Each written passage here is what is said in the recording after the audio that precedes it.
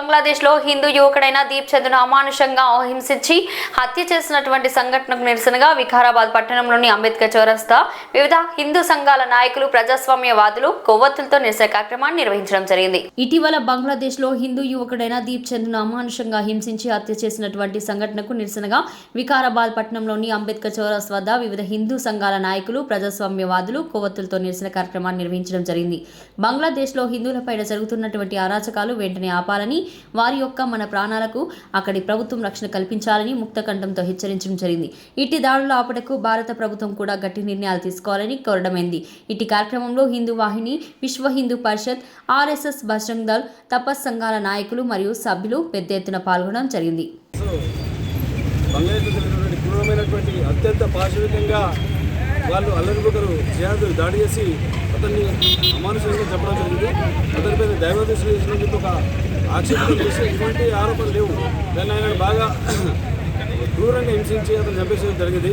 అయితే బంగ్లాదేశ్లో స్వతంత్రం రాకముందు మన దగ్గర ముందు కూడా బంగ్లాదేశ్లో హిందువులు వచ్చేసి 30% ఉన్నారు. పాకిస్తాన్లో కూడా 30% ఉన్నారు. ప్రస్తుతం చూస్తే ఇప్పుడు అక్కడ 1-2% ఉంది. మరి ఇక్కడ ఉన్నటువంటి 40% మీరు ఎక్కడికి వెళ్ళిందంటే వాళ్ళని అత్యధికంగా క్రూరంగా భాషికంగా చంపడము లేకుంటే మతం మార్చడం జరుగుతుంది. కాబట్టి మనము అక్కడ ఉన్నటువంటి హిందువులకు సంఘీభావంగా మనం పోరాడాల్సిన అవసరం ఉంది. ఈరోజు ఐక్యరాజ్య సమితి ఒక్క దానిపైన ఎలాంటి గలం కూడా ఇవ్వలేదు. ఇంతకుముందు పాలస్తీనాలో జరిగిందానికి పాలస్తీనా సేవని చాలామంది మాట్లాడారు.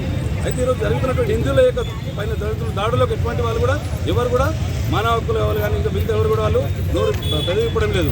కాబట్టి దీని ఉద్దేశం ఏంటంటే ఖచ్చితంగా అందరూ కూడా దీనిపైన స్పందించి మన ఐక్యరాజ్య సమితి కూడా దీనిపైన కల్పించాలని తెలంగాణ ప్రాంత ఉపాధ్యాయ సంఘం తరఫున నేను కోరుతున్నాను.